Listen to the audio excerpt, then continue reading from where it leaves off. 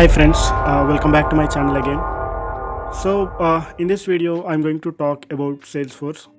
So basically, my agenda is to create a Salesforce admin course who are willing to learn. I'm going to create a playlist as well in the upcoming days. So this would be our first concept, guys, regarding Salesforce. So I believe before we learn Salesforce course, we need to know what exactly this Salesforce is. So basically, friends, the Salesforce is a CRM, as you all know that. So let's start things with this again. So basically, what is Salesforce? So basically, Salesforce is a cloud CRM that helps that helps business to manage and streamline their interactions with the customers, prospects, and partners. And it also provides a wide range of tools and features for sales, marketing, customer support, analytics, and more. I mean, when they say more, I believe it should be more like scalability and flexibility. So basically, um, Salesforce is known for its flexibility and scalability, making suitable for business of all sizes and industry. When they mean the flexibility, scalability, and making it suitable for business, it means it can work for the startups as well as large organizations. I believe uh, out of Fortune 500 companies, more than 400 companies will use Salesforce because of its scalability and flexibility. Basically, you can assume like Salesforce is a 360-degree platform for sales, marketing folks, service folks, and Salesforce is a combination of 18 plus clouds, if I'm not wrong, and correct me guys if I'm wrong. Basically, let's take an example and let's talk about that. So basically, here we are going to take Tech Solutions as a company which is specialized in developing and selling software products, basically SaaS based products. So Salesforce, they are going to use Salesforce in six types here. I mean, those 6 points are like lead management, opportunity management, sales process automation, customer support and case management, marketing campaigns, analytics and reporting, and customization. So let's talk with lead management. So basically, lead management is nothing but whenever you visit a website to buy some product, then you would be seeing something called a form. From there on, you will enter the details, and then that data would be passed to the backend for the sales team, and then they will call you and they will inquire about the product that you are willing to purchase. That is something called lead. It is just a form with all the details of your name, your address, the product that you are trying to purchase. So this is basically lead. Like, lead is nothing but some data that they use to reach you when you show some kind of interest on the products delivered by the company. And next, opportunity management. So in every sales process, one thing is for sure: lead is the first, and then opportunity. Lead can be, you can simply assume lead is like a referral. So if you are using a product and you will refer the product to some of your friends, then when that happens from the sales team, that is called a lead. And keeping that aside, whenever I say opportunity, once the you know once the lead has been created, then the sales folks will reach to you. Once you are confirmed that you are going to buy a product from that company, that specific product, then they will create something called opportunity, and from there on the activity would be started, and your activities would be tracked. And then next, sales process automation. So when I say that as a point one, lead is created, as a point two, opportunity is created. So basically, these two things can happen through automation also, which can you can assume like a sales process automation.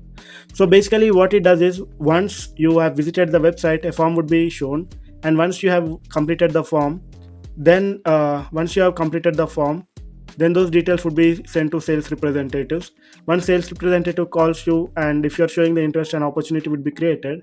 Then once the opportunity is created, quote would be generated and sent it to you. Once you paid the amount, the services will start, or in the meanwhile, maybe a POC would happen between the sales process and the customer. So all these things would be done by sales process automation. It may be done or it may not be done, but Salesforce has the potential to configure everything in this format or in this process. And keeping that aside, let's talk about the customer support and case management. So basically, two things, guys, here. Till the point 3, till the sales process automation, it has been done in the Salesforce Sales Cloud. Now the another one is customer support and case management. This is something it can be done using Service Cloud. So as I said, Salesforce has more than 18 plus clouds. So Service Cloud would be the another one which is widely used in lots of organization. for its flexibility and scalability. So here TechSolutions uses Salesforce Service Cloud to provide customer support. Customers can submit support requests, and these requests are logged in as cases in the Salesforce. So let's say whenever you visit some kind of website, so let's say we'll try to visit some like FactSet. There is a company called FactSet, and then you will reach FactSet support. So basically, once you click on support, yeah, contact us. Then learn about data products. No, no, no, not this. Contact us. Basically, this is a lead, but where is the support? Where is the support? I'm just going to see that. FactSet. We only need the FactSet support. Technical support, yes. Okay, FactSet support. Okay, so here looks like FactSet doesn't have chat support or email. So let's say here is something we are able to see called support at factset.com. So what usually happens is when you send an email to this email address, FactSet uses Salesforce for their service cloud. Whenever you send that FactSet is not working on a user machine, if you sent an email, it would be created a case on the Salesforce platform, which can be used by Salesforce support folks. So this is something called Web2 case. We will learn these concepts more in going forward. I just wanted to show you how it works. And keeping that aside, marketing campaigns. So basically, marketing campaigns are something let's say I'm going to visit something called Amazon. So if you see this here, you are able to see something called market sponsored, and this is the ad. This is the website generated with the SEO. So basically what happens is you can create marketing campaigns, and you can send it to the company, I mean to the internet. And also if you open your inbox daily, you would be see some sort of automated advertising emails that can be done using the Salesforce marketing cloud. This is the third cloud, but admin course would be common in all the clouds. And next, analytics and reporting. So basically friends, I believe you have seen a lot of data in a company, whether it might be related to the sales, it might be related to the service, it might be related to the marketing. There would be some hundreds and thousands of records. So let's say basically there is a database, and there is a database with more than 1000 plus records.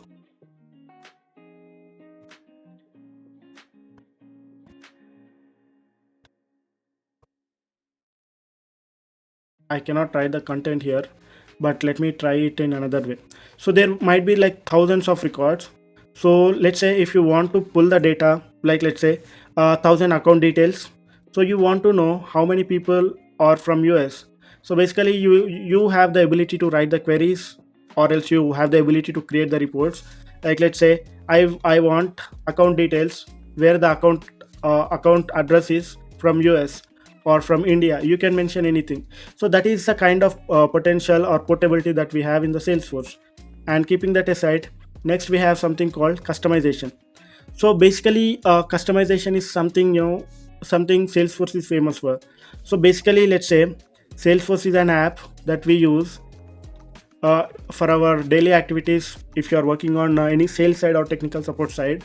And then Salesforce has integration to connect with lot of third party applications, because Salesforce itself doesn't have a potential to do all the things.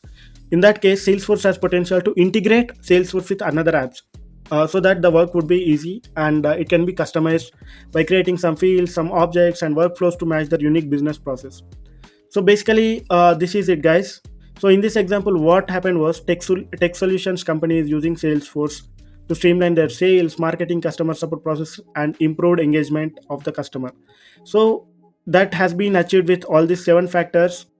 So we can discuss more on this part in the upcoming days. So I believe you like this content, and feel free to let me know if you have any questions, and do not forget to like, comment, and subscribe this to my channel. And thank you, friends. Have a great day. Bye bye. Take care.